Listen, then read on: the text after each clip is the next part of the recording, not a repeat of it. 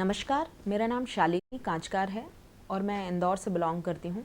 मैं मध्य प्रदेश राज्य लोक सेवा परीक्षा के अंतर्गत विकासखंड अधिकारी के पद पर चयनित हुई हूँ। इस वीडियो के माध्यम से मैं आपसे मध्य प्रदेश लोक सेवा आयोग द्वारा ली जाने वाली राज्य सेवा परीक्षा के संबंध में विस्तार से चर्चा करूँगी, जिसमें हम बात करेंगे जो परीक्षा योजना होती है उसके संबंध में। इसके अलावा मैं रणनीति परीक्षा की तैयारी की, इसके संबंध में भी मैं आपसे बात करूँगी। और अगर इस वीडियो से आप में से किसी को भी किसी भी तरह का लाभ होता है तो यह मेरे लिए एक व्यक्तिगत उपलब्धि होगी और डेली नॉलेज ट्रैक के सौजन्य से ये वीडियो आपके समक्ष प्रस्तुत किया जा रहा है। सबसे पहले हम लोग इस पर चर्चा करते हैं कि परीक्षा योजना। जब मुझसे स्टूडेंट्स बात करते हैं जो नए बिगनर्स हैं या जो तैयारी कर रहे हैं, कभी हमारी आपस में बातचीत होती है तो सबसे पहले वो जानना चाहते हैं कि परीक्षा की रणनीति क्या हो सकती है या परीक्षा किस तरह से होती है, कंडक्ट कैसे होती है, कौन कंडक्ट कराता है। तो मैं बहुत मूलभूत बातों से अपनी बात स्टार्ट करना चाहती हूँ। मध्य प्रदेश लोक सेवा आयोग भर्ती की केंद्रीय संस्था है जो कि इंदौर में अवस्थित है और वह यह भर्ती परीक्षा कंडक्ट कराती है। और यह परीक्षा 3 क्रमिक स्तरों में होती है, जिसमें सबसे पहले होता है प्रारंभिक परीक्षा। ये एक स्क्रीनिंग लेवल की परीक्षा होती है। तो प्रारंभिक परीक्षा, उसके पश्चात मुख्य परीक्षा होती है जो थ्योरेटिकल होती है, जिसमें जो लिखित परीक्षा होती है। उसके बाद साक्षात्कार अर्थात इंटरव्यू किया जाता है। तो ये जो तीनों क्रमिक लेवल हैं, इनकी तैयारी कैसे की जाए और इनके लिए क्या बुक लिस्ट हो सकती है और किस तरह से हम तैयारी करें, इसके बारे में मैं आपसे बात करूँगी। तो सबसे पहले हम लोग प्रारंभिक परीक्षा की बात करते हैं। प्रारंभिक परीक्षा 2 प्रश्न पत्रों के माध्यम से कंडक्ट की जाती है। इसमें 2 प्रश्न पत्र होते हैं। पहला जो प्रश्न पत्र होता है वो सामान्य अध्ययन का होता है और 200 मार्क्स का होता है। 2 घंटे इसकी परीक्षा होती है, 2 घंटे इसका टाइम पीरियड होता है। और ऑब्जेक्टिव टाइप होती है जिसमें हम लोग टिक लगाना जिसे बोलते हैं, गोला भरते हैं। एक बहुत मोटे तौर पे मैं बोलूँ तो आपसे जो भी नए बिगनर्स हैं, जस्ट ग्रेजुएट हैं, मैं उनके लिए ये बहुत क्लियरली बताना चाह रही हूँ। दूसरा जो प्रश्न पत्र होता है वो सामान्य अभिरुचि एप्टीट्यूड का टेस्ट होता है और वो क्वालिफाइंग कर दिया गया है नए सिलेबस के तहत। क्वालिफाइंग है जिसमें 40% मार्क्स क्वालिफाई करने पे आपको आगे के लिए आप अहर हो जाते हैं। तो सबसे पहले इस परीक्षा को देने के लिए क्या अर्हता हो सकती है उस पर बात करती हूँ। जो भी ग्रेजुएट है या जो ग्रेजुएशन के फाइनल ईयर में अपेयरिंग स्टूडेंट है वो इस फॉर्म को फिल कर सकता है। राज्य लोक सेवा आयोग द्वारा जो नोटिफिकेशन निकाला जाता है, फॉर्म निकाला जाता है, उसको आप फिल कर सकते हैं। फिर उसके बाद ये दोनों आपको प्रीलिम्स के पेपर देने होते हैं और जिसमें मैंने आपको बताया कि जो सेकंड पेपर होता है क्वालिफाइंग होता है और जो फर्स्ट पेपर है वो सामान्य अध्ययन। अब सामान्य अध्ययन की बात करती हूँ तो सामान्य अध्ययन में हमको इतिहास, भूगोल, अर्थव्यवस्था, संस्कृति, खेलकूद, पर्यावरण, विज्ञान, कंप्यूटर, ऐसे तमाम सब्जेक्ट्स के बारे में प्रश्न पूछे जाते हैं, ऑब्जेक्टिव प्रश्न पूछे जाते हैं, जिनके 4 विकल्प उपलब्ध होते हैं हमें परीक्षा में। उनमें से एक विकल्प सही होता है और हमें लगाना होता है उसे। तो एक तरह से देखा जाए तो एक जो सामान्य व्यक्ति है, वेल नोन, वो जितनी जानकारी रखे, ऐसा चूंकि आपको प्रशासन का हिस्सा बनना है इसलिए आपको इन सब्जेक्ट्स के बारे में जानकारी होना आवश्यक है, ऐसा मान के चला जाता है और इसलिए ये सिलेबस का हिस्सा है और हमें इसकी तैयारी करना है। तो प्रीलिम्स के लिए आपको इस तरह का सिलेबस जो आयोग मुहैया कराता है उसको देखते हुए आपको तैयारी करनी होती है और इसमें जो भी बुक लिस्ट होती है वो मैं आपसे ज़रूर शेयर करती हूँ। इसमें एनसीईआरटीज़, आप सबसे पहले एनसीईआरटीज़ को प्रेफर करना बहुत आवश्यक है क्योंकि वो आपका नींव है।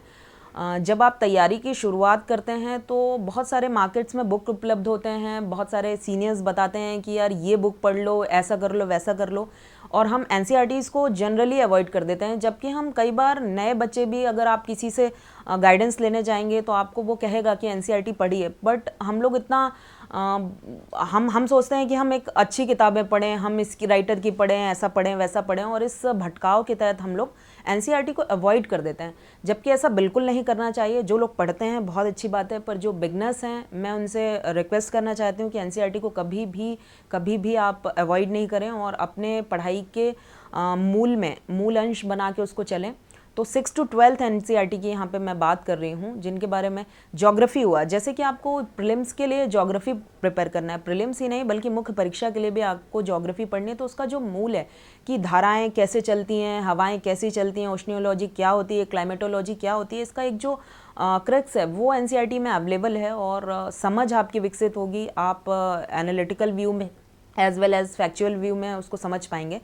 तो सबसे पहले आप एनसीईआरटीज़ को कंप्लीट करिए और एनसीईआरटी कंप्लीट करने के बाद आप टेक्स्ट बुक ये जब कंप्लीट हो जाएं तो एक जो बेहतर जो रेफरेंस बुक हो आपके पास अवेलेबल या मार्केट में अवेलेबल, उसे आप पढ़िए। जैसे कि मैंने कुछ रेफरेंस बुक पढ़ी हैं, जिसमें विपिन चंद्रा इतिहास के लिए मैंने मॉडर्न हिस्ट्री के लिए पढ़ी। इसके अलावा आप स्पेक्ट्रम वगैरह भी देख सकते हैं, क्योंकि ये फैक्चुअल नॉलेज की तरफ ज़्यादा डील करता है प्रीलिम्स, इसलिए आप थोड़ा सा फैक्चुअल टच रखिए अपने लिए। हालांकि प्रीलिम्स और मेंस की तैयारी कभी भी अलग अलग नहीं होती, हम एक समग्र तैयारी को प्रेफरेंस देते हैं और देना भी चाहिए। परंतु जब मैं अभी आपसे रणनीतिक चर्चा कर रही हूँ और परीक्षा योजना की बात कर रही हूँ, तब मैं चाहती हूँ कि आपसे मैं अलग अलग सेगमेंट में ये बात करूँ। तो जैसे कि मैंने पर्यावरण के बारे में बात की या विज्ञान के बारे में बात की, तो आप एनसीईआरटीज़ पढ़िए। पर्यावरण में कुछ मंथन वगैरह की बुक्स आती हैं, पब्लिकेशन है वो निकालता है, आप उसको देख सकते हैं, प्रेफर कर सकते हैं। आप हिस्ट्री में स्पेक्ट्रम मॉडर्न हिस्ट्री प्रेफर कर सकते हैं। एनसीईआरटीज़ की जब हम बात कर रहे हैं तो यहाँ पर मैं इतिहास के लिए स्पेशली आपको कहूँगी कि आप लोग पुरानी ओल्ड एनसीईआरटीज़ जिनकी फ़ोटोकॉपीज़ मार्केट में अवेलेबल हैं उनको आप प्रेफर करेंगे तो वो ज़्यादा आपके लिए बेहतर रहेंगी, क्योंकि नई एनसीईआरटीज़ उस तरह से सिलेबस कवर नहीं कर रही हैं जिस तरीके से रिक्वायरमेंट इस एग्ज़ाम्स को है। तो आप हिस्ट्री के लिए आप स्पेक्ट्रम और पुरानी एनसीईआरटीज़ को प्रेफर कर सकते हैं। मैंने पर्यावरण के लिए आपको बताया ही। ज्योग्राफी के लिए आप 11th-12th की एनसीईआरटी प्रेफर करिए, वर्ल्ड ज्योग्राफी के लिए कीजिए, क्योंकि यहाँ पर जो घटनाक्रम है उसकी बात करना है हमको करंट अफेयर्स में। तो करंट अफेयर्स में आप कोई भी एक मैगज़ीन आप जो भी आपके पास अवेलेबल है, दर्पण है, क्रॉनिकल है, दृष्टि है, इनको आप प्रेफर कर सकते हैं। इसके अलावा जो सबसे बड़ी बात है, करंट अफेयर्स एक बहुत बड़ा पोर्शन होता है प्रीलिम्स में और इसके क्वेश्चंस मायने रखते हैं और वो काफ़ी वेटेज भी रखते हैं। तो इसके लिए न्यूज़पेपर पढ़ना, रेगुलर न्यूज़पेपर पढ़ना बहुत आवश्यक है और इसकी आदत डालनी चाहिए किसी भी परीक्षार्थी को जो सिविल सेवा की तैयारी करना चाहता है, उसे रेगुलर न्यूज़पेपर ज़रूर पढ़ना चाहिए। और जो अवेलेबल न्यूज़पेपर हैं मध्य प्रदेश में, वो दैनिक भास्कर, नई दुनिया जैसे न्यूज़पेपर हैं। अगर आप उन्हें प्रेफर करते हैं, विशेषतः दैनिक भास्कर के एडिटोरियल्स कुछ अच्छे होते हैं, बेहतर लोग लिखते हैं, वो मेंस में आपको बहुत हेल्प करते हैं। तो प्रीलिम्स लेवल में आप रेगुलर न्यूज़पेपर पढ़िए। अगर आप द हिंदू जैसे न्यूज़पेपर को, जो बहुत ही स्टैंडर्ड न्यूज़पेपर हैं, वो ऑनलाइन प्रेफर कर सकते हैं तो कीजिए, इंग्लिश मीडियम वाले। और अदरवाइज़ आपका जो लेवल है, एग्ज़ाम का लेवल है एमपी के, वो कुछ जो मैगज़ीन्स आती हैं मंथली, उनसे आपका क्लियर हो जाता है। एक बहुत बड़ा प्रीलिम्स में सेगमेंट होता है मध्य प्रदेश के जीएस का, जिसमें मध्य प्रदेश का इतिहास, मध्य प्रदेश की संस्कृति, मध्य प्रदेश के बारे में जो घटनाक्रम है, उसकी राजनीति, उसका संवैधानिक स्ट्रक्चर, उसकी राजनीतिक स्ट्रक्चर, प्रशासनिक स्ट्रक्चर, इन सब की बात की जाती है।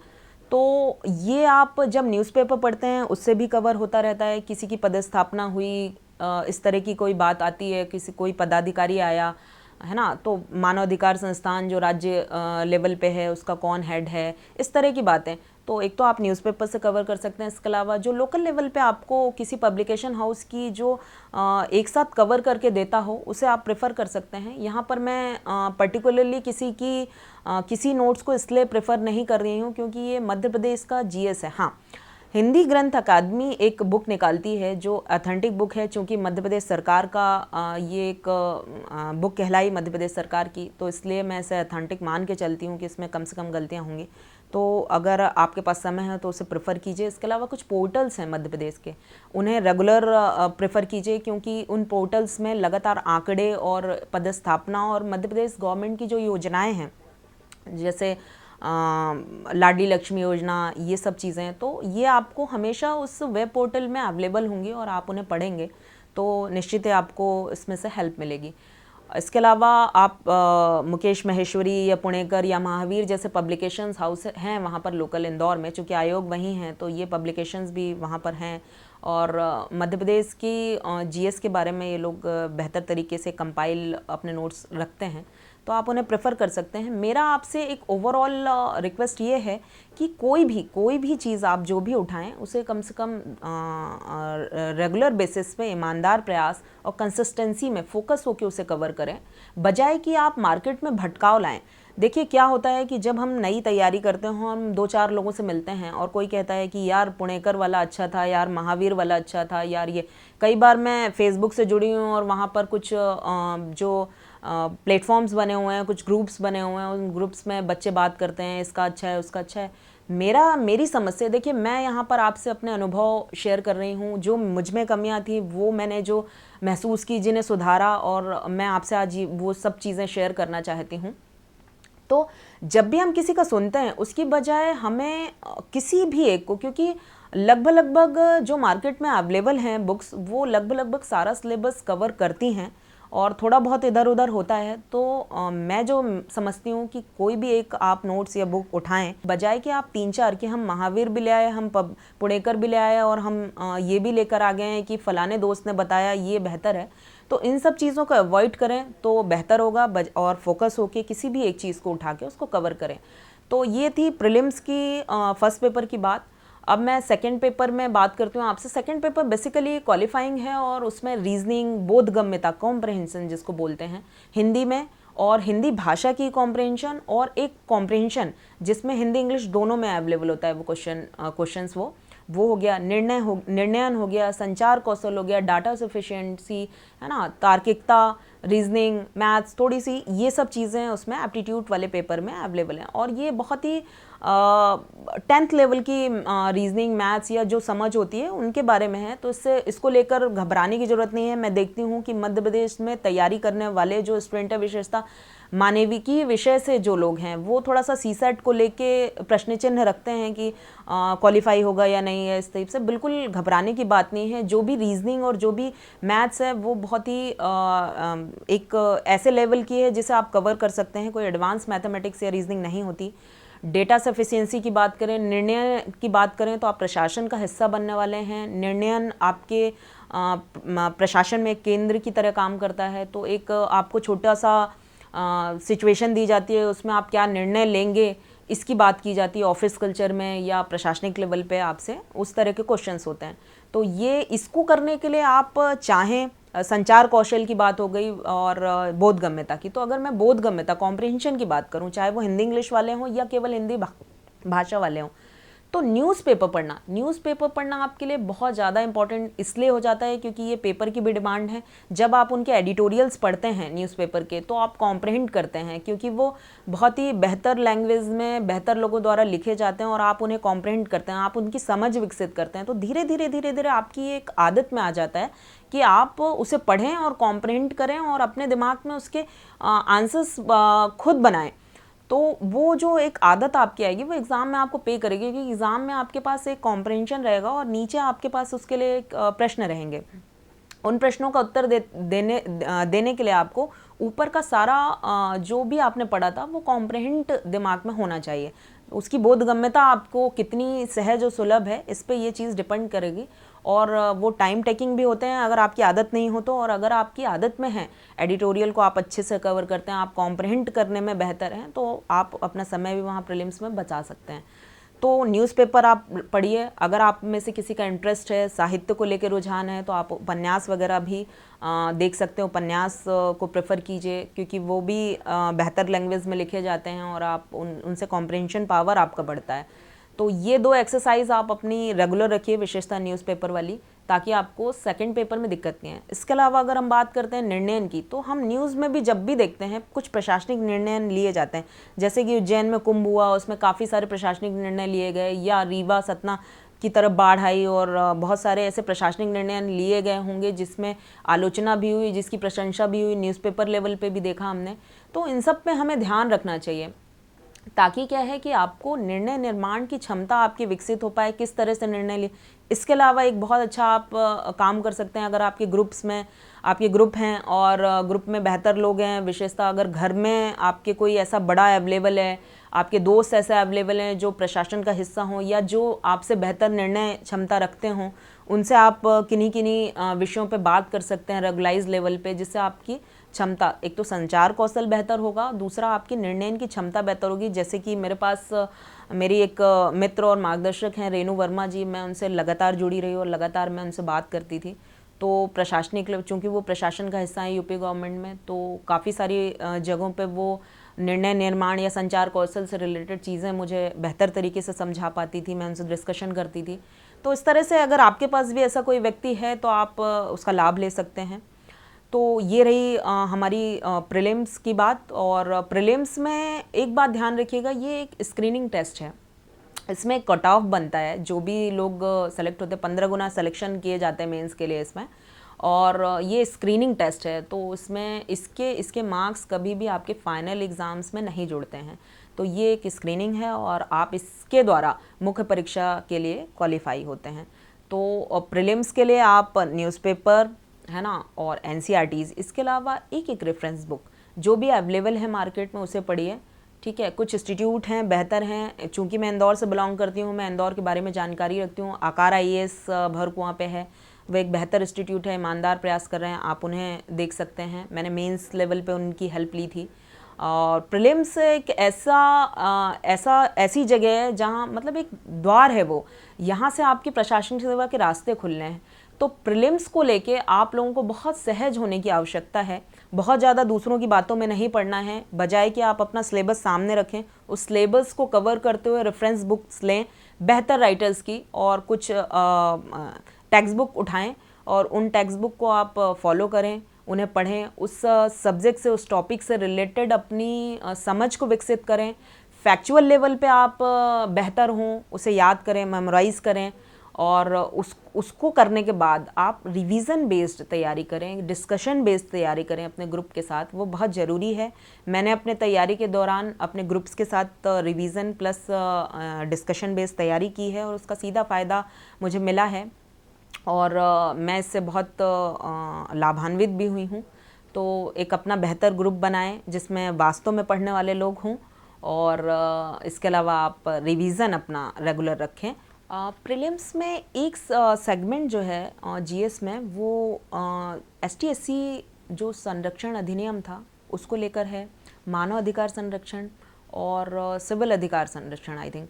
तो ये जो तीनों सेगमेंट हैं, इनसे क्वेश्चंस ज़रूर आते हैं, और कुछ लॉ हाउसेस की बुक्स हैं, उनसे आप इसको कवर कर सकते हैं। तो ये 3 लॉ मध्य प्रदेश ने प्रीलिम्स के एग्ज़ाम्स में अपने जोड़े हैं ताकि उसकी जानकारी बच्चे रखें, प्रशासनिक हिस्सा बनने जा रहे हैं आप, तो ये बात है।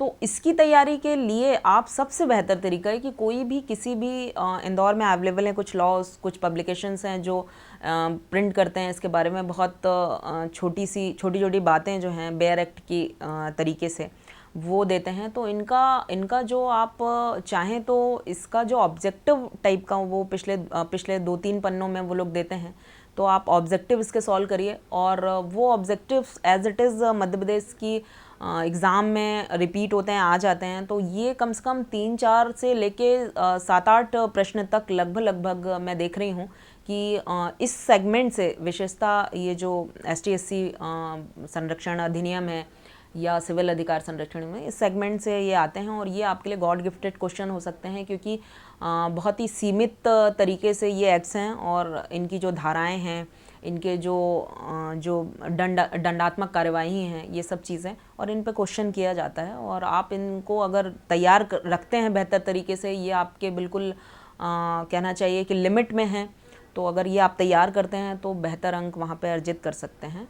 तो प्रीलिम्स की तैयारी कुछ चीज़ों पे बेस्ड है। एक तो आप सेगमेंट चेक करें, पिछले पेपर्स देखेंगे, आप उठाएंगे तो आप देखेंगे कि आप कहाँ से क्वेश्चंस आते हैं, किन जगहों से आते हैं, ये आपकी रणनीति का हिस्सा होना चाहिए।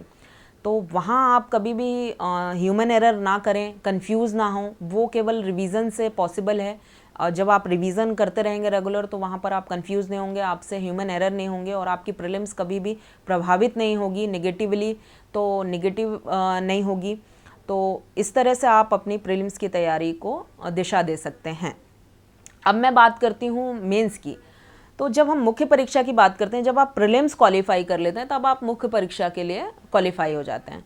तो मुख्य परीक्षा लिखित होती है और ये एक राइटिंग का गेम है। राइटिंग प्रैक्टिस आपकी बहुत इंपॉर्टेंट है इस एग्ज़ाम को क्वालिफाई करने के लिए। और सिर्फ राइटिंग राइटिंग राइटिंग, मैं अगर कई बार भी कहूँ तो राइटिंग प्रैक्टिस ही इसका जो मूल है वो राइटिंग प्रैक्टिस है, क्योंकि आपको वहाँ पर 2 घंटे 3 घंटे के आसपास 3 घंटा आपका टाइम दिया जाता है और आपको लगभग 2000 शब्द एक एग्ज़ाम में लिखने हैं।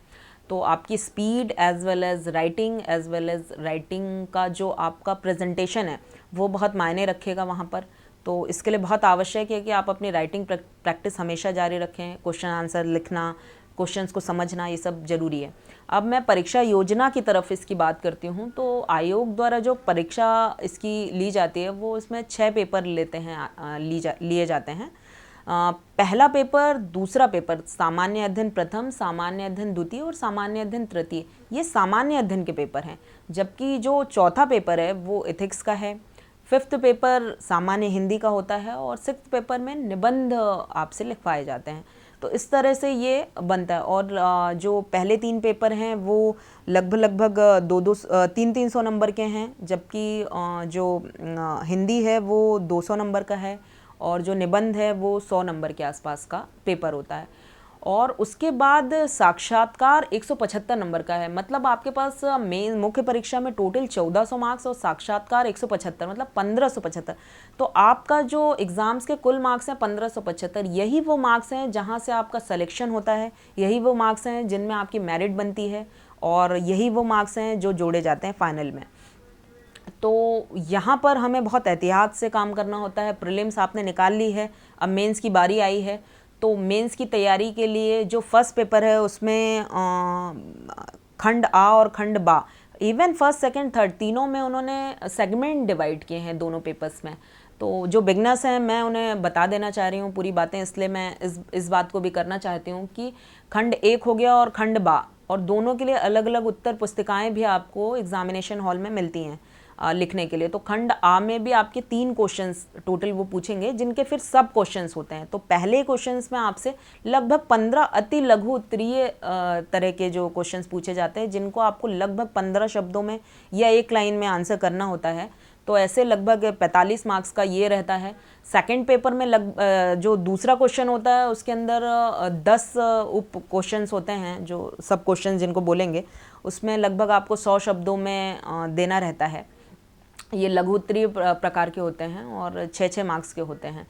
और इसी तरह जो तीसरा प्रश्न होता है उसमें 3 प्रश्न समाहित होते हैं उसके अंतर्गत, और उसमें आपको 300 शब्दों में लिखना होता है। तो इसी तरह एक खंड में आपके पास लगभग 150 नंबर का प्रश्न पत्र होता है, दूसरे खंड में भी 150 का। इस तरह आपका 300 नंबर का ये टोटल पेपर होता है। और सामान्य अध्ययन फर्स्ट, सेकेंड और थर्ड ये इसी तरह से डिज़ाइन किए गए हैं। फोर्थ को इस तरह से किया गया कि इसमें खंड नहीं है, परंतु आपसे अति लघु उत्तरीय प्रश्न पूछे जाएंगे और जो भी परीक्षा योजना के तहत उन्होंने डिसाइड किया उस तरह से क्वेश्चन पूछे जाते हैं। सामान्य हिंदी और निबंध है। तो सामान्य हिंदी में भी जो सिलेबस आपका दिया हुआ है उस पर मैं अभी आगे आपसे डिस्कस करूंगी, उस पर आपसे प्रश्न किए जाएंगे। और निबंध में 3 उन्होंने खंड बनाए हैं। पहला निबंध आपको 1000 शब्दों का लिखना है, जो दूसरा निबंध है वो आपको 250 में, और तीसरा भी 250 शब्दों के अंतर्गत लिखा जाना है। तो इस तरह से आपको 100 नंबर का निबंध का पेपर लेना है। अब अगर हम सिलेबस की बात करें तो सिलेबस में हम देखते हैं कि जो आपका फर्स्ट पेपर है वो आपका जो है वो इतिहास और भूगोल सिलेबस में है, जो सामान्य अध्ययन फर्स्ट है। तो इतिहास और भूगोल की समग्र जानकारी आपको होना चाहिए। विशेषता मध्य प्रदेश से संबंधित अगर भूगोल है, मध्य प्रदेश से संबंधित सिलेबस को खोला गया है और सिलेबस के अंदर जो सब टॉपिक्स हैं वो डिस्क्राइब किए गए हैं, उनको देखते हुए हमें तैयारी करना है। और मैंने जो तैयारी की थी मैं आपसे शेयर करती हूँ। मैंने अपनी जो सामान्य अध्ययन की तैयारी की थी वो आकार इंस्टीट्यूट है, आकार IAS इंदौर भंवर कुआं में है, उनके मेंस के जो नोट्स थे वो मैंने प्रेफर किए थे। और वो बेहतर बने हुए थे। और एक्चुअली आपको नोट्स इसलिए चाहिए होते हैं कि एक बेसिक लेवल पे आपका एक बेसिक स्ट्रक्चर बन जाता है, देन फिर आप उसको और बेहतर करने के लिए, नोट्स सबके पास होंगे, आप क्या प्रेजेंट कर रहे हैं इस पर डिपेंड करता है। तो एक जो बेसिक नीड थी वो कंप्लीट हुई, और उसके बाद फिर आप जो भी बुक्स वगैरह हैं वो आप अवेलेबल जो भी आपका अवेलेबल हो उसे सिलेबस देख के आप तैयारी कर सकते हैं। जैसे कि हिस्ट्री वगैरह में मैंने ओल्ड एनसीईआरटीज़ को प्रेफर किया, अखिल मूर्ति की बुक को प्रेफर किया, विपिन चंद्रा थोड़ा सा आपकी इकोनॉमिकल हिस्ट्री जो है वो क्लियर करता है, आपका एक व्यू बनाता है, तो वो मैंने पढ़ी, तो उससे मुझे प्रेजेंटेशन में फ़ायदा मिला, है ना। भूगोल के लिए मैंने खुल्लर को भी प्रेफर किया था, माजिद हुसैन भी पढ़ी, पर मैंने पढ़ी, ज़रूरी नहीं है कि आप पढ़ें, आपको जो बेहतर लगती हो, जो आपके सिलेबस को कंप्लीट करती हो उसे पढ़ें। बिल्कुल बॉदर नहीं हो कि ये अच्छी है या बुरी है। Books, text book, reference book अच्छे राइटर्स की कभी भी बुरी नहीं होती, वो आपको नॉलेज देंगी। हाँ, आप सिलेबस से इतर मत जाइए, आप सिलेबस के आसपास रहिए।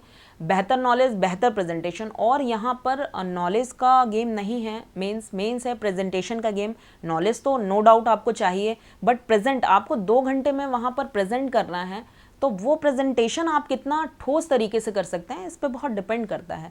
तो ये आप फर्स्ट पेपर को लेके है। सेकंड पेपर में आपके उन्होंने सेकंड पेपर में आई थिंक उन्होंने संवैधानिक और राजनीतिक जो स्ट्रक्चर है उसके बारे में उन्होंने सिलेबस में डाला है।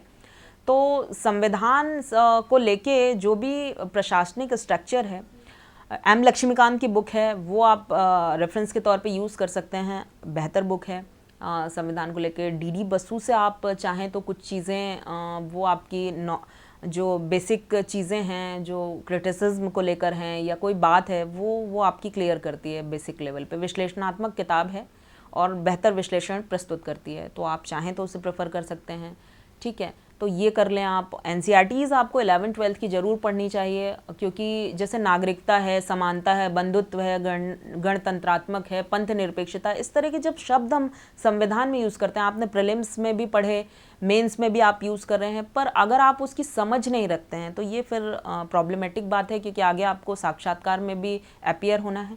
तो अगर आप एनसीईआरटीज़ को प्रेफर करते हैं तो इस तरह के शब्द, टर्मिनोलॉजी आप जानकारी रखते हैं और आप बेहतर प्रस्तुत कर सकते हैं। इसमें थोड़ा सा भाग मध्य प्रदेश की प्रशासनिक संरचना का भी रहेगा, वो आप हिंदी ग्रंथ अकादमी की बुक से प्रेफर कर सकते हैं, तो आप वो कीजिए। और कुछ इंस्टीट्यूट, कोई बेहतर इंस्टीट्यूट है उसके नोट्स अगर आप प्रेफर करते हैं तो वो बेहतर है। इसके अलावा कुछ लोक कल्याणकारी कार्यक्रम, ये वो इस तरह की बातें सिलेबस में थी, तो वो पुणेकर पब्लिकेशन ने निकाली थी बुक, उसको मैंने प्रेफर की थी। इसके अलावा मैंने देखिए मेंस के समय पर जो उपलब्ध संसाधन थे वो तो थे ही, इसके अलावा मैंने इंटरनेट को बहुत प्रेफरेंस दी थी अपनी तैयारी के दौरान। और योजनाएं, विशेषतः सामाजिक और आर्थिक जो एनवायरनमेंट है उसके अंतर्गत जितनी भी योजनाएं हैं, स्वास्थ्य की, लोक कल्याणकारी, ये सब योजनाएं मैंने ऑनलाइन इकट्ठी की थी, उसके नोट्स बनाए थे। तो एक नोट्स बनाना भी आपके लिए बहुत इम्पॉर्टेंट हो जाता है मेंस की तैयारी के दौरान। मैं ये नहीं कहती, आज का समय ये नहीं है कि आप 4 किताब रख के और एक नोट्स बना रहे हैं, वो समय कंसिस्टेंसी चाहिए, लेबोरियस होना ज़रूरी है, पर स्मार्ट स्टडी भी आज की डेट में बहुत ज़रूरी है, तो वो आप कीजिए। मैंने अपने लिए जो काम किया वो मैं आपसे शेयर करती हूँ। मैंने हमेशा फुट नोट्स बनाए, जो भी नोट्स थे, जो भी बुक्स अवेलेबल थी, मैंने उनको पॉइंट फॉर्म में लिए, बजाय कि मैंने पूरा लिखना और फिर उसको, क्योंकि ये भी बहुत ज़रूरी है कि आप एग्ज़ाम से पहले अपने सिलेबस को एक बार अपनी नज़र के सामने से गुजारें। इसके लिए बहुत ज़रूरी है कि कंसाइज फॉर्म में आपके पास आपका पूरा सिलेबस अवेलेबल हो, और वो कंसाइज फॉर्म तभी हो सकता है जब आप उन्हें पॉइंट्स में लिखें, सिर्फ याद रखने के लिए लिखें।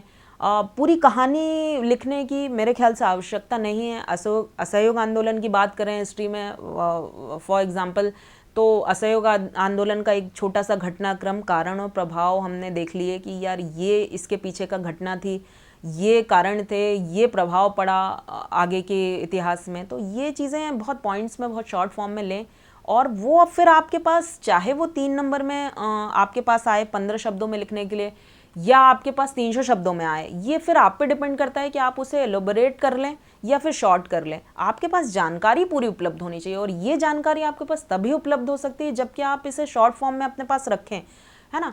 तो कहानी नहीं लिखना है, नोट्स बनाने का मतलब बिल्कुल नहीं होता है कि 4 किताबें लेकर और आप नोट्स बहुत सारे बना रहे हैं। कुछ लोग ऐसा करते हैं और मेरी समझ में मैं इसे बेहतर नहीं मानती और मैंने ऐसा किया भी नहीं। और मेरे साथ जो मेरे मित्र हैं, जो सेलेक्ट हुए, जो ग्रुप मेंबर्स हैं, उन्होंने भी कभी ऐसा नहीं किया।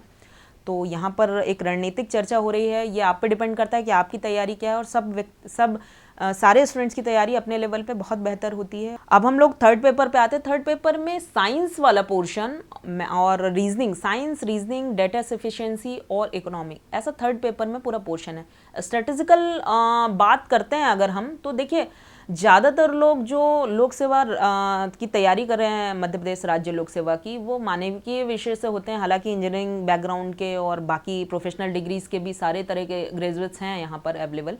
बट अगर आपको जो प्रॉब्लम आती है, तो देखिए इसमें आप साइंस को लेके बहुत शॉर्ट तरीके से, मध्य प्रदेश पीएससी आपके लेवल को एडवांस तरीके से नहीं चेक कर रहा है, बहुत इजी लेवल पे चेक कर रहा है। आप एनसीईआरटी, एनआईओएस जो नेशनल ओपन स्कूल है, एनओएस, उसको आप प्रेफर कर सकते हैं। बहुत अच्छे से वो सिलेबस कवर करता है साइंस का।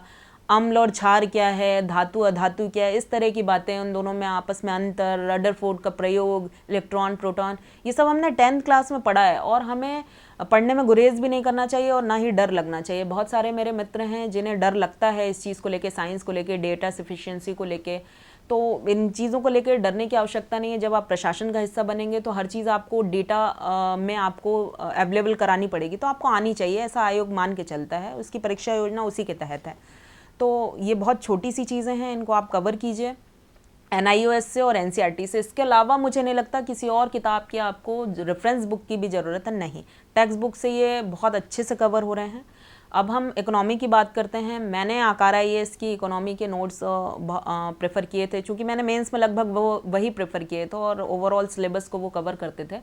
इसके अलावा एसएन लाल या रमेश चंद्र अगर आप पढ़ सकते हैं, क्योंकि इकोनॉमी टर्मिनोलॉजी का गेम है। आपको छोटी छोटी सी बातें इकोनॉमी की जो हम रोज़मर्रा के जीवन में देखते, सुनते, समझते हैं, उनके बारे में जानकारी होना चाहिए। अपनी बैंकिंग सिस्टम के बारे में जानकारी होना चाहिए, अपने योजना काल के बारे में जानकारी होना चाहिए। तो ये सब चीज़ें आप किसी भी बुक से, जो बेहतर बुक्स हैं, एसएन लाल जैसा कि मैंने नाम लिया, रमेश चंद्र अपने आप में बहुत बेहतर किताब है, आप उससे जानकारी रखिए, ठीक है। तो ये चीज़ें आप इकोनॉमी, और ये एक ऐसा पोर्शन है जहाँ बहुत स्कोरिंग कर सकते हैं आप। थर्ड पेपर को बहुत स्कोरिंग लेवल पे कर सकते हैं। अगर आपकी मैथ्स और रीजनिंग बेहतर है तो आप मैथमेटिक्स के नंबर ले सकते हैं, पूरे पूरे मार्क्स ले सकते हैं, और आप जो अपने जो आपकी मेरिट बनेगी उसमें आप मार्क्स काफ़ी एवरेज से बेहतर ले सकते हैं। तो थर्ड पेपर इसलिए भी बहुत इंपॉर्टेंट है। फोर्थ पेपर की बात करते हैं। फोर्थ पेपर एथिक्स का पेपर है। नैतिकता, सत्यनिष्ठा, इंटीग्रिटी, एप्टीट्यूड, ये सब चीज़ें सिलेबस का हिस्सा बनाई गई हैं, प्रीलिम्स में भी बनाई गई हैं, और एथिक्स का पूरा पेपर डाला गया है फोर्थ पेपर में। इसके पीछे प्रशासनिक एथिक्स हम लोग समझें, जानें और प्रशासन में एथिकली वर्क कर पाएँ, ये एक उद्देश्य है सिलेबस का। और इसके लिए मैंने जो प्रेफर किया था वो आकार के नोट्स ही प्रेफर किए थे। इसके अलावा अभय कुमार, दिल्ली में अभय कुमार सर हैं, उनकी बुक आती है इंटीग्रिटी एंड एप्टीट्यूड करके बुक है, सत्यनिष्ठता, अभिरुचि और नैतिकता, ये किताब है और वो पूरे सिलेबस को कवर करती है। उन्होंने बहुत ही सारगर्भित तरीके से अवेलेबल इसको कराया है, जो भी कंटेंट है आप उसे प्रेफर कर सकते हैं, और बहुत बेहतरीन किताब है। हालांकि जब मैं एग्ज़ाम दे रही थी तब वो अवेलेबल नहीं थी, उसके बाद अवेलेबल हुई, मैंने देखा और मैंने पढ़ी भी है आगे के एग्ज़ाम के लिए, और वो बहुत बेहतर किताब है, आप उसे देख सकते हैं। और एथिक्स में कुछ दार्शनिकों की बात की, अरस्तु, प्लेटो, राम मनोहर लोहिया जी, महात्मा गांधी जी तक, तुलसीदास जी तक इवन। तो आप इनके बारे में सिर्फ इनके बारे में आप जानिए, इनकी विचारधाराओं को जानिए, और वहाँ आपको प्रेजेंट करना है। तो ये चीज़ें हो गई। इसके अलावा केस स्टडी, यहाँ पर एक बहुत बड़ा जो भाग है केस स्टडीज़ का आता है 6 पेपर में। कुछ सिचुएशन बेस्ड केस स्टडीज़ दी जाती हैं, उनके आंसर्स आपको करने पड़ते हैं। तो जैसा कि मैंने बताया, जब मेरे फादर थे तो मैं उनसे डिस्कस करती थी। एक मेरे अंकल हैं धर्मपाल शर्मा जी, असिस्टेंट कमिश्नर हैं, तो इंदौर में, मैं कई बार उनसे डिस्कस करती हूँ। उनका काफ़ी सहयोग रहा इस तरह की केस स्टडीज़ में, किस तरह की बातें करनी चाहिए। कर्मवीर शर्मा जी आईएएस हैं, उनसे मैं बात करती हूँ। रेणु वर्मा जी हो गई। तो ये जो मेरे घरेलू पारिवारिक मित्र हैं या मेरे बड़े हैं, उनसे बात करती हूँ मैं इस बारे में, और मुझे बहुत लाभ मिला। तो अगर आपके पास भी ऐसा कोई अवेलेबल है, कोई बड़ा टीचर हो सकता है, आपका बड़ा हो सकता है, तो केस स्टडीज़ हो गया, एथिकल जो प्रशासन में एथिकल मैनेजमेंट है, इस बारे में अगर कोई बातचीत करना है, आपको कुछ जानना है, तो इस तरह की आप एनवायरनमेंट को यूज़ कर सकते हैं अगर आपके पास कोई ऐसा व्यक्ति हो, क्योंकि इसका कोई सेट पैटर्न नहीं है। आप सिचुएशन बेस्ड केस स्टडी को सेट पैटर्न में सॉल्व नहीं कर सकते। जो मार्क्स मार्केट में बुक्स अवेलेबल हैं वो आपके पास एग्ज़ाम में एज इट इज़ नहीं आने वाला है वो केस स्टडी। तो आपका दिमाग खुला होना बहुत ज़रूरी है। इसके लिए ज़्यादा से ज़्यादा डिस्कशन कीजिए अपने आसपास बड़ों से, या ऐसा कोई व्यक्ति अवेलेबल हो उससे, तो उससे आपको बहुत फ़ायदा मिलेगा और आप बहुत सहज रहेंगे कि स्टडी करते समय जो आप प्रेजेंट करेंगे वो दूसरों से बेहतर करेंगे, क्योंकि वो आपका अपना मौलिक होगा। मौलिकता बहुत आवश्यक है इस पेपर में, मौलिक रहना बहुत ज़रूरी है, क्योंकि एथिक्स हर किसी का इंडिविजुअल मामला हो सकता है। और केस स्टडी को लेके जो विचार आपके मन में आ रहे हैं ज़रूरी नहीं दूसरे के मन में भी आए, तो आपके मन में बेहतर आए ताकि आप उससे बेहतर मार्क्स ले पाएँ, ये बहुत ज़रूरी है। इसके लिए आपका डिस्कशन बेस्ड होना बहुत ज़रूरी है, तो इस तरह के डिस्कशन में पार्ट लीजिए कभी भी। अब हम लोग बात करते हैं फिफ्थ पेपर की, हिंदी की बात करते हैं हम लोग। तो हिंदी एक ऐसा सेगमेंट है हिंदी को लेके जिसके लिए हर व्यक्ति सहज नहीं होता, पर आप यकीन मानिए हिंदी वो पेपर है जो आपको स्कोर कराता है, जो आपको मैथमेटिक्स जैसे नंबर दिलवा सकता है और जो आपके सिलेक्शन में बहुत बड़ी भूमिका निभाता है। हिंदी एक बहुत बेहतर सेगमेंट हो सकता है आपके सिलेबस में, क्योंकि जैसा कि मैंने कहा आपसे कि मैथ जैसे स्कोरिंग नंबर ले सकते हैं। इसमें पर्यायवाची, विलोम, तत्सम, तद्भव, इस तरह के शब्द युग्म, इस तरह की चीज़ें सिलेबस में हैं। अपठित गद्यांश सिलेबस में हैं आपके। कुछ प्रारूप लेखन वगैरह जैसे कार्यालयीय या अर्धशासकीय पत्र जो हैं आपके सिलेबस में है। प्रतिवेदन वगैरह आपके सिलेबस में, जो आपको बाद में प्रशासन का हिस्सा बनने के बाद आपको काम में आएंगे। और आज भी अगर आप इन्हें जानते हैं और आप वहाँ पर बेहतर तरीके से प्रेजेंट कर सकते हैं प्रतिवेदन को, पल्लवन आप कर सकते हैं, आप संक्षिप्तीकरण आपसे पूछा जाएगा, हिंदी टू इंग्लिश आपसे अनुवाद पूछा जाएगा।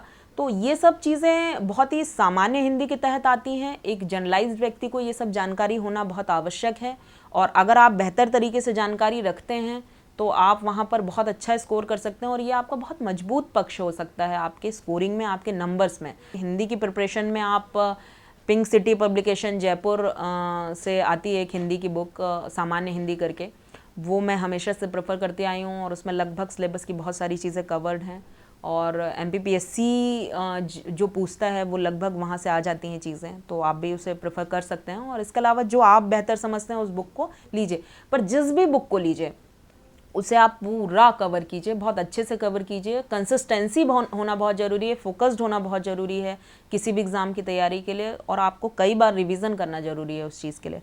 तो ये थी हमारी हिंदी की बात। अब हम लोग बात करते हैं निबंध की। निबंध भी एक ऐसा सेगमेंट है जो आपके सिलेक्शन में बहुत बड़ी भूमिका निभाता है। 100 नंबर का पेपर है, आपको 1000। अच्छा, इसमें क्या है कि आपको बहुत लिमिटेड आपके पास ऑप्शन है। आपको 3 निबंध लिखना है, बस बहुत सारे क्वेश्चंस अवेलेबल नहीं है। आपको 3 निबंध लिखना है, एक 1000 शब्दों में लिखना है, एक 250 में लिखना है और एक 250 में लिखना है।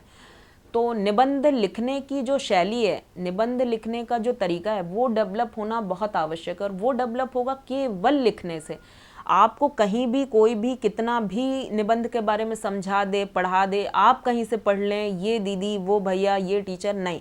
आप जब तक स्वयं नहीं लिखेंगे निबंध, आप तब तक निबंध को लेकर सहज नहीं हो पाएंगे, क्योंकि निबंध एक ऐसी चीज़ है जो जब भी वो टॉपिक आता है उस टॉपिक को पूरा खोलना रहता है, और उसके बाद उसे समेटना रहता है, और फिर उसको भविष्यगत करते हुए छोड़ना रहता है। तो इस बारे में मैं चर्चा करूँगी आपसे। तो कोई भी अगर हम निबंध उठाते हैं तो इसलिए निबंध को लेके आप बहुत ज़्यादा आपको सजग रहने की ज़रूरत है तैयारी के दौरान। और निबंध का पेपर आपको एवरेज मार्किंग में बहुत ऊपर पहुंचा सकता है। निबंध और हिंदी के 2 पेपर वहां पर ऐसे हैं जो जनरलाइज से अलग होते हैं, और अगर आप बेहतर प्रेजेंटेशन कर पाते हैं वहाँ पर, आप अपनी चीज़ें बेहतर तरीके से प्रेजेंट कर सकते हैं, निबंध लिखना आपको आता है, तो अच्छे मार्क्स आ सकते हैं। निबंध में मैंने कर्मवीर शर्मा जी MP कैडर में IAS हैं 2010 बैच के, उन्होंने लिखी है, और देवकरण शर्मा जी ने, दोनों ने मिलकर लिखी है निबंध सर्वस्व करके किताब, और मैं उसे प्रेफर करती हूँ। मैंने पहले भी कई बार अपने मित्रों को और जो तैयारी कर रहे हैं स्टूडेंट्स उनको सजेस्ट की थी। उस किताब की विशेषता ये है कि उसमें निबंध कैसे लिखें का एक सैद्धांतिक पार्ट है, और फिर कुछ निबंध दिए हुए हैं दूसरे सेगमेंट पे प्रैक्टिकल पार्ट में। तो 2 पार्ट्स में वो बुक तैयार है और इतनी समग्रता से मुझे कभी भी किसी भी मार्केट में कहीं भी कोई बुक नहीं दिखी निबंध के बारे में जो ये बताए कि निबंध कैसे लिखें। और फिर निबंध के उदाहरण तो रहते ही हैं, खैर वो मार्केट में अवेलेबल रहते हैं लिखे लिखाए निबंध, पर निबंध कैसे लिखें। तो अगर आप लोगों को वो इंदौर में अवेलेबल है और भी कई जगह अवेलेबल है, जबलपुर वगैरह में, तो मध्य प्रदेश में कई जगह अवेलेबल है, मध्य प्रदेश से बाहर भी अवेलेबल है, तो अगर वो अवेलेबल हो तो आप उसे प्रेफर कीजिए। निबंध लिखने को लेकर मैं छोटी सी जानकारी आपसे शेयर करती हूँ। निबंध को लिखने को लेकर जनरली जब भी व्यक्ति लिखता है, जैसे कि पारिस्थितिकी या पर्यावरण मध्य प्रदेश पीएससी का एक हॉट फेवरेट टॉपिक है, इसके अलावा महिला सशक्तिकरण को लेके या स्वास्थ्य के मुद्दे हो गए या मीडिया से रिलेटेड हो गए, ये सब उनके हॉट फेवरेट सोशो इकोनॉमिकल जो एनवायरनमेंट से रिलेटेड मुद्दों से रिलेटेड निबंध होते हैं, वो उनके हॉट फेवरेट हैं। तो जब हम तैयारी करते हैं, मान लीजिए पारिस्थितिकी पे या पर्यावरण पे, कोई आपदा प्रबंधन पे किसी तरह का कोई निबंध आता है, तो जनरली मैंने देखा जब मैं अपने मित्रों से बात करती हूँ या बिगनर्स से बात करती हूँ तो वो लिखते हैं कि पर्यावरण प्रबंधन ये होता है, पर्यावरण ये होता है, प्रबंधन ये होता है, फिर इसके लिए ये प्राधिकरण गठित किया गया, इसके 5 स्टेप होते हैं और ऐसे ऐसे हम रिहेबिलिटेशन कराएंगे, ये कराएंगे, वो कराएंगे। इस तरह से ये हर व्यक्ति लिख रहा है। निबंध को लिखते समय आप आधा पार्ट अपना इधर रखें जो कि सैद्धांतिक लेवल पे हो, जबकि प्रैक्टिकल लेवल पे व्यवहारिक बात आप आधी करें उसमें, तब आपका प्रेजेंटेशन सही हो पाता है। कैसे आपदा प्रबंधन, कैसे एक आपदा आपके कल्चर को प्रभावित कर रही है, आपकी सोशियो इकोनॉमिक स्ट्रक्चर को प्रभावित कर रही है, इन सब पे बात करें। कैसे वो प्रभावित कर रही है, कैसे नेगेटिव है, कैसे पॉजिटिव है, और हम इसको क्या कर सकते हैं इसके लिए भविष्य में। ये सब बातें भी आपको करनी चाहिए अपने निबंध में, और बहुत सारे लोग करते ही होंगे, पर जो नहीं करता वो करे। और उस बुक से आप देख सकते हैं लिखना कि कैसे लिखा जा सकता है। पर आज जो निबंध लिखने का सलीका हो सकता है, मेरी समझ से वो यही हो सकता है कि आप थोड़ा सा उसको सोशो इकोनॉमिक पुट दें, उसको जोड़ें, कैसे वो प्रभावित होता है, और आप कल्चर से जोड़ें उसको, ताकि क्या है कि जो सब लिख रहे हैं उससे बेहतर लगे, मौलिक लगे निबंध आपका। एग्जामिनर जब आपका निबंध पढ़े तो वही बातें रिपीटेडली उन्हें ना मिले, उन्हें बेहतर तरीके से मिले। तो ये निबंध को लेके मेरी छोटी सी बात ध्यान में रखें आप, क्योंकि निबंध का पेपर और हिंदी का पेपर आपको बहुत कुछ दिला सकता है, वो स्कोरिंग होते हैं, इन पे बहुत ध्यान देना चाहिए हमें। तो एक तो ये हो गया। अच्छा, 1000 शब्दों में आपके पास लिखने के लिए बहुत सारा जगह होती है और आप लिख सकते हैं। 250 का जब आप लिखते हैं तो बहुत ठोस तरीके से लिखना होता है। तो अपनी बातों को ठोस तरीके से आप तभी लिख सकते हैं जब लगातार आपकी लिखने की प्रैक्टिस रही हो और आप तुरंत लिख सकें। तो उसके लिए जब आप एग्ज़ाम देते हैं तो एक स्ट्रक्चर रफ में पीछे पन्ने में बनाइए, पेंसिल से या पेन से, जैसा भी हो, कि मैं ये बातें निबंध में अपने लिखूंगा। 2 मिनट दीजिए और सोचिए। 2-5 मिनट आप सोच के जब आप लिखेंगे तो आपका निबंध कभी डेविएट नहीं होगा। कई बच्चे होते हैं लिखना शुरू करते हैं, लिखा और फिर कहीं से जो याद आता जाता है वो लिखते जाते हैं। कई बार जो क्रमिकता है ना, वो डिस्टर्ब हो जाती है निबंध की, और वो क्रमिकता डिस्टर्ब होने से काफ़ी सारी समस्याएं आती। फिर जब एग्जामिनर पढ़ता है तो वो समझता है कि यार ये डेविएट हो चुका है व्यक्ति, और इस तरह के डेविएशन में आप प्रभावी कम रह जाते हैं, वहाँ पे आपके मार्क्स चले जाते हैं। जो मार्क्स आपको 1-2 नंबर वो ज़्यादा दे सकता है ऑन एन एवरेज, वो कम देने लगता है, तो वो आपके फिर ओवरऑल सिलेक्शन को प्रभावित करता है। तो कभी डेविएट ना हो, इसके लिए बहुत ज़रूरी है। इवन मेंस के किसी भी प्रश्न को उत्तर देते समय अगर आप उसकी रूपरेखा रफ में 1 मिनट दे के बनाते हैं, वो आपको बहुत ज़्यादा पे करती है। आप डेविएट नहीं होते, क्योंकि एक बार आपने सोच लिया है कि मुझे ये पॉइंट्स लिखने हैं, तो इन पॉइंट्स में आप फिर लिखते चले जाते हैं, और डेविएशन आपका बहुत बहुत कंट्रोल हो जाता है, और वो आपको एग्ज़ाम में पे करता है। तो मेरी ये रिक्वेस्ट है कि आप लोग इस तरह के कोई अगर टेक्निक आप खुद भी अपनी ईजाद कर सकते हैं। हर व्यक्ति के लिखने का तरीका होता है, ये मेरे लिखने का तरीका है जो मैंने आपसे शेयर किया। तो ये तो हो गई हमारी सिलेबस की बात, कुछ बुक्स की बात, कुछ रेफरेंस की बात। मेंस को लेकर सबसे ज़्यादा ज़रूरी जो चीज़ें हैं, जो मैंने शुरुआती दौर पे कहा था कि प्रैक्टिस बहुत इंपॉर्टेंट है। साथ ही साथ थोड़ा सा आपकी राइटिंग अगर बेहतर हो, जिन लोगों की राइटिंग सही नहीं है, मैं उनसे रिक्वेस्ट करती हूँ कि कुछ अपने वर्णों पे ध्यान दें। आ कैसे बनाते हैं, का कैसे बनाते हैं, इसको थोड़ा सा सुधार लाएं। उससे ओवरऑल राइटिंग में मोतियों जैसे अक्षरों की बात नहीं कर रही हूँ, परंतु अक्षर कम से कम एग्ज़ाम में ऐसे आपके होने चाहिए कि एग्ज़ामिनर को, परीक्षा कॉपी चेक करने वाले को बहुत ज़्यादा दिक्कत नहीं हो। आप खुद सोचिए कि एक थाली आप बहुत ही मस्त तरीके से परोस के ला रहे हैं और एक बहुत खूबसूरत तरीके से परोसी हुई हो, तो वो आपको ज़्यादा आकर्षित करेगी। जो बेहतर सलीके से परोसी हुई थाली है उस पर आप ज़्यादा आकर्षित होंगे। तो यहाँ पर बात थाली की नहीं है, बात ये है कि आपको आपके भविष्य का सवाल है और एक भविष्य की थाली परोस के आपने एग्जामिनर के सामने रखी है। तो बहुत सारे मेरे ऐसे मित्र हैं, मेरे जानने वाले लोग हैं जो बहुत इंटेलिजेंट है, बहुत बेहतर है, वो डिज़र्विंग कैंडिडेट है, बट राइटिंग बहुत ख़राब है और वो राइटिंग के कारण अपनी चीज़ें प्रेजेंट नहीं कर पाते। तो ये एक बहुत इंपॉर्टेंट चीज़ है, सैद्धांतिक रूप से ना सही पर प्रैक्टिकली ये आपके एग्ज़ाम को नंबर्स को आपके प्रभावित करती है। तो अपनी राइटिंग बेहतर रखें। मेरी राइटिंग ख़राब थी पर इसमें मेरे फादर का बहुत बड़ा योगदान है। मेरे फादर ने बैठ के मुझे लिख लिख के कि ऐसे सीधे करो, ऐसे अक्षर करो, और मेरी राइटिंग को बहुत बेहतर बनाया उन्होंने। तो इसका भी एक प्रभाव पड़ता है। और इसके अलावा ठोस तरीके से लिखना, जब आप लिखने की बहुत प्रैक्टिस करते हैं ना और लिखना आता है आपको, तो आप ठोस चीज़ें प्रेजेंट करते हैं। क्योंकि देखिए आपके पास वहाँ पर दोनों सेगमेंट की मैंने बात की थी, प्रश्न पत्र में आ और बा में, और आपके पास एक मैक्सिमम अगर आप लिखते हैं तो 300 शब्दों का एक क्वेश्चन लिखते हैं निबंधात्मक में। 300 शब्दों में आपको चीज़ें देना है, 100 शब्दों में आपको देना है, 15 शब्दों में आपको देना है। तो बहुत कंसाइज फॉर्म में भी आपको लिखने आना चाहिए कि मैं अपनी ठोस बात एक लाइन में कैसे लिख दूं, और अपनी 300 शब्दों में भी आपको लिखना आना चाहिए कि मैं काम की बातें 300 शब्दों में। क्योंकि आप शुरू करेंगे, कुछ लोगों की लिखने की बहुत आदत होती है, वो शुरू करते हैं, भूमिका बनाते हैं, फिर कंक्लूजन का भी सोचते हैं और बीच में आपको कंटेंट भी देना पड़ता है। आज वो सिलेबस नहीं रहा, आज वो परीक्षा का जो पैटर्न था वो चेंज हो चुका है। पुराने पैटर्न में जब 600 शब्द हमारे पास होते थे तो हम लोग लिख पाते थे, हम लोग शुरू करते थे, भूमिका बनाते थे, हम लोग कंक्लूजन देते थे, कंटेंट भी दे पाते थे। आज वैसी परिस्थितियां नहीं रही। आपको मैक्सिमम 1 या 2 लाइन में भूमिका बनाते हुए आपको आगे बढ़ना होता है कंटेंट की तरफ, क्योंकि कंटेंट बहुत मायने रखता है। कंटेंट ठोस तरीके से अगर आप प्रेजेंट नहीं करेंगे और ऊपर ऊपर घूमते रहे, आधा आपने 50% आपने भूमिका ही दे दी, तो आपके पास शब्द सीमा नहीं बचेगी। और देखिए शब्द सीमा अधिकतम 300 है, इससे कम में भी आप लिख सकते हैं, क्योंकि आपको 2000 शब्द प्रेजेंट करना है 2 घंटे में। तो मुझे ऐसा लगता है कि 3 घंटे में, तो मुझे ऐसा लगता है कि आपके पास समय की बहुत कमी होती है।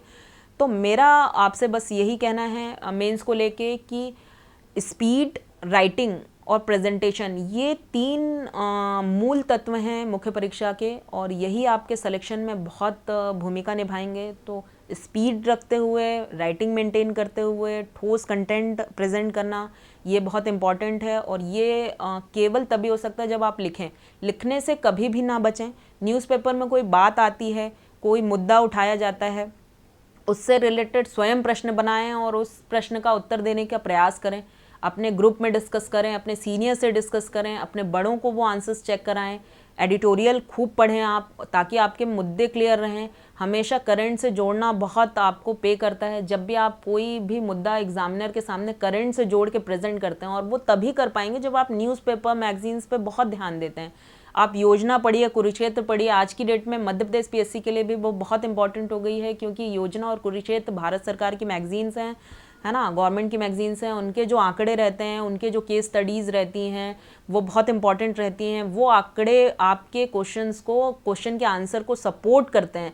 जब वो सपोर्ट करेंगे कि फलाने जननी सुरक्षा योजना में इतने इतने ऐसा हुआ, छोटे छोटे आंकड़े, तो आपको वो एग्जामिनर के सामने आपको बहुत अच्छा रेपुटेशन देगा कि इसे जानकारी है। ये छोटी छोटी सी चीज़ें आपको बहुत ध्यान रखने की ज़रूरत है। ट्रेडिशनल तैयारी अपनी जगह होती है, बेसिक तैयारी। ट्रेडिशनल तैयारी के साथ आप क्या ऐड करते हैं बहुत इंपॉर्टेंट है, क्योंकि जब आप वो ऐड करते हैं तभी आप दूसरों से बेहतर हो पाते हैं। कंपटीशन का मतलब है आप क्या पढ़ते हैं, आप कितनी मेहनत करते हैं, ये दूसरों से कितना बेहतर है, इस पर बहुत डिपेंड करती हैं चीज़ें। तो योजना, कुरुक्षेत्र, क्योंकि एथिक्स अब सिलेबस का हिस्सा है, निबंध सिलेबस का हिस्सा है, केस स्टडीज़ सिलेबस का हिस्सा है, ये सब चीज़ें आपको योजना और कुरुक्षेत्र जैसी मैगजीन्स से मिलेगी। अगर आप बहुत बेहतर स्टूडेंट हैं, अगर आप लोग इंटरेस्टेड हैं, तो द हिंदू को ऑनलाइन सब्सक्राइब करके पढ़िए। द हिंदू बहुत बेहतरीन अखबार है, मैं उसे प्रेफर करती हूँ, मैं वही अखबार पढ़ती हूँ। और अगर आप में से कोई उसे फॉलो कर सकता है तो बहुत अच्छी बात है। अदरवाइज़ जो भी आपके पास अवेलेबल है न्यूज़पेपर, उनके एडिटोरियल्स वगैरह पे पूरा ध्यान दीजिए, उसमें कोताही मत करिए, और प्रैक्टिस खूब सारा करिए, लिखने की बहुत प्रैक्टिस करिए। तो ये मुख्य परीक्षा आपकी तभी निकलना संभव है। और ये एक तपस्या की तरह है। मुख्य परीक्षा की बात हो गई, अब मैं साक्षात्कार की बात करती हूँ। साक्षात्कार आपकी समग्र तैयारी को प्रेजेंट करने का एक मार्ग है। आपने अब तक जो प्रीलिम्स में फैक्चुअल लेवल पे पढ़ा, आपने मुख्य परीक्षा के लिए एनालिटिकल लेवल पे पढ़ा। मध्य प्रदेश की मुख्य परीक्षा analytical as well as factual है, जबकि जब हम संघ लोक सेवा आयोग यूपीएससी की बात करते हैं तो वो एनालिटिकल बेसिस पे बहुत जोर देते हैं, जबकि मध्य प्रदेश राज्य लोक सेवा आयोग द्वारा जो परीक्षा आयोजित होती है उसमें एमपीपीएससी में बहुत ज़्यादा एनालिटिकल आपके पास गुंजाइश नहीं होती। फैक्चुअल और एनालिटिकल दोनों बेसिस पे वो चलता है और प्रीलिम्स पूरी तरह फैक्चुअल लेवल पे है। तो जब आप साक्षात्कार देने जाते हैं तो आपको दोनों के बारे में जानकारी होनी चाहिए। किसी भी मुद्दे का फैक्चुअल बेस और एनालिटिकल बेस, कावेरी जल विवाद होता है या किसी तरह कोई जल विवाद होते हैं, तो आप हमेशा ध्यान रखिए कि इससे क्या प्रभाव पड़ेंगे, क्या परिणाम आएंगे, और ये भी ध्यान रखिए कि क्यों ये विवाद उत्पन्न हुआ, क्या उसकी पृष्ठभूमि रही है। वो एक फैक्चुअल लेवल की बात हो गई। और परिणाम, कारण और क्या प्रभाव पड़ेंगे, ये एक एनालिटिकल मॉनिटरिंग हो गई। तो आप ये ध्यान रखिए ताकि आप जब साक्षात्कार देने जाते हैं, बहुत बेहतर लोग वहाँ इंटेलेक्चुअल लोग बोर्ड में बैठे हुए हैं और वो आपसे बहुत ज़मीनी स्तर के सवाल भी करते हैं, आपसे बहुत इंटेलेक्चुअल सवाल भी करते हैं, दोनों तरह के, और आप अपनी पर्सनालिटी को वहाँ पर कितना खोल पाते हैं और इस पे बहुत डिपेंड करती हैं साक्षात्कार के मार्क्स आपके फाइनल रिजल्ट में जुड़ते हैं, इसलिए बहुत इंपॉर्टेंट है साक्षात्कार की तैयारी। कुछ मॉक वगैरह आप प्रेफर कीजिए देना। जैसे मैं अपने साक्षात्कार में पतंजलि आईएएस, निर्माण आईएएस, दिल्ली के इंस्टीट्यूट हैं जो अब मध्य प्रदेश पीएससी को लेकर भी उन्होंने अपना ब्रांच खोले हैं, उनके यहाँ मैंने मॉक लिए थे। इसके अलावा इंदौर में कौटिल्य एकेडमी है, वहाँ मैंने एक आध मॉक दिए थे। तो मॉक आप कहीं भी दे सकते हैं, बहुत ज़रूरी नहीं। मॉक में किसी टीचर या किसी कोचिंग की बहुत ज़्यादा भूमिका नहीं होती, एक्सेप्ट ये कि वो आपको गाइड करें कि आपकी पर्सनैलिटी में ये दोष है, वो निकाल के लाएँ। थोड़ा सा आपकी पर्सनालिटी का जो भी क्रिटिसिज्म है वो बिल्कुल करते हैं कि हाँ ये आप मुस्कुरा नहीं पा रहे हैं या ऐसी बॉडी लैंग्वेज है, इन सब चीज़ों को आपको थोड़ा सा सुधार मिलता है। तो मॉक मेरे हिसाब से देना चाहिए। कोचिंग की भूमिका मॉक में इसलिए थोड़ा ठीक हो जाती है कि आप जब पर्सनालिटी अपनी चेंज मत करिए, जो आप हैं वो आप प्रेजेंट कीजिए, सहज रहिए, आपका नॉलेज है, आप कॉन्फिडेंट रहिए कि मैं प्रीलिम्स क्लियर करके आया हूँ, मेंस में क्लियर करके आया हूँ, इसका मतलब है कि नॉलेज है। वो भी जानते हैं कि आपको नॉलेज है। मुद्दा ये है कि आप अपनी पर्सनालिटी को वहाँ कितना प्रेजेंट कर पाते हैं सहजता से। तो उसका एक दो प्रैक्टिस के लिए आप कहीं एक दो मॉक कर सकते हैं, दैट इज़ ओके। और बहुत ज़्यादा चेंज करने की ज़रूरत नहीं है। कई इंस्टीट्यूट होते हैं जो बोलते हैं कि नहीं यार ये तुम में ठीक नहीं है, ये ऐसा करो, वो वैसा करो। आपको बहुत चेंज करने की ज़रूरत नहीं है। आप अपने आप में बहुत सहज रहिए। मैं बहुत सहजता से मैंने अपने दोनों साक्षात्कार दिए हैं, इससे पहले भी और अभी भी, और बेहतर तरीके से प्रेजेंट करिए। और वहाँ रूम का एनवायरनमेंट भी आपके लिए बिल्कुल एलियन नहीं होता है, वो बहुत सहजता से आपको एक्सेप्ट करते हैं और आप भी बहुत सहजता से उनसे अपनी बातचीत रख सकते हैं जो भी वो प्रश्न करते हैं। और मुझसे भी इस तरह के कई प्रश्न हुए और मेरे ग्रेजुएशन से रिलेटेड प्रश्न हुए। कुछ उन्होंने सोशल एक्सरसाइज मुझे दी और उसके करवाए कि अगर ऐसा हो, सिचुएशन बेस्ड क्वेश्चन करवाए उन्होंने। तो इस तरह के बहुत सहज क्वेश्चन और जो आपके नॉलेज बेस्ड होंगे, आप उसमें ऐसा नहीं है कि बहुत एलियन क्वेश्चन है कि आपने कभी सुना नहीं, आपने कभी जाना नहीं, तो बहुत सहजता से आप साक्षात्कार को दे सकते हैं। तो कुल मिला के ये पूरी समग्र तैयारी है। और मैंने आपके साथ आज अपने अनुभव, बुक लिस्ट और परीक्षा की योजना और रणनीति, इन सब के बारे में चर्चा की है। और मुझे ऐसा लगता है पर्सनली आई फील कि ये एक तपस्या की तरह है ये एग्ज़ाम, और इस तपस्या में आप लोग आहुति अपनी ईमानदारी पूर्वक डालिए।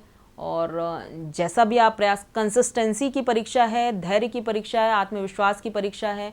कभी भी हताश और निराश मत होइए। मेरे जीवन में बहुत सारी फादर एक्सपायर हो गए, समस्याएं रहीं, परंतु मैंने कभी अपनी पढ़ाई से फोकस नहीं हटाया, तो परिणाम सफलता है। इसी तरह कभी भी छोटी या बड़ी समस्याओं को आप हावी मत होने दीजिए। हताशा और निराशा की इस एग्ज़ाम के दौरान कोई जगह नहीं है। आत्मविश्वास बनाए रखिए और निश्चित ही अपने ऊपर भरोसा करेंगे तो आप बेहतर कर पाएंगे। आज नहीं तो कल करेंगे। और तैयारी कंपटीशन है, ये आपका जीवन नहीं है। तो कंपटीशन को जिस तरीके से कंपटीशन लेवल पे लीजिए, हंसी खुशी लीजिए और बेहतर तरीके से कीजिए। अंत में मैं आप लोगों से बस इतना ही कहूँगी कि भ्रम है ये तो उन्मादित हो, तू अभीष्ट पा जाएगा। कोई सती सा बन के ही तप करके शंभू पाता है। कर्म पथ पर अनासक्त हो जो लक्ष्य की ओर चला है, वही पार्थ इस कुरुक्षेत्र का कृष्ण वही कहलाता है। आपका उज्जवल भविष्य की मैं बहुत सारी कामनाएं करती हूँ और आपका दिन शुभ हो। नमस्कार।